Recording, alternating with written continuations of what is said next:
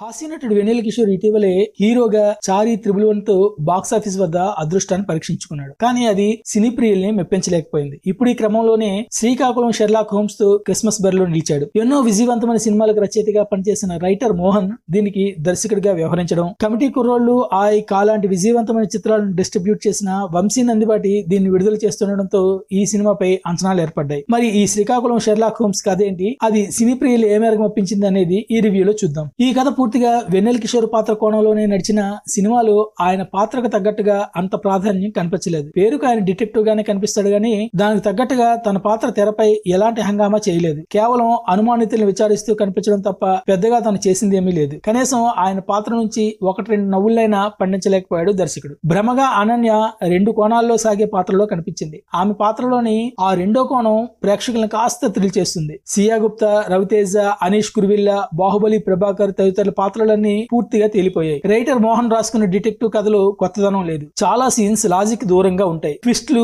Thrilling moments మచ్చికైనా కనిపించవు. Theatre లో వినిపించిన కొన్ని డైలాగ్స్ చూస్తే దర్శకుడు ప్రాస కోసం బాగా పాకులాడినట్టు అనిపిస్తుంది. సునీల్ కశ్యప్ సంగీతం ఏమాత్రం మెప్పించదు. ఛాయాగ్రహణం పర్వాలేదనిపిస్తుంది. నిర్మాణ విలువలు కథకు తగ్గట్టుగా ఉన్నాయి. ఈ సినిమా గురించి ఒక ముక్కలో చెప్పాలంటే శ్రీకాకుళం షెర్లాక్ హోమ్స్ సహనాన్ని పరీక్షించే డిటెక్టివ్.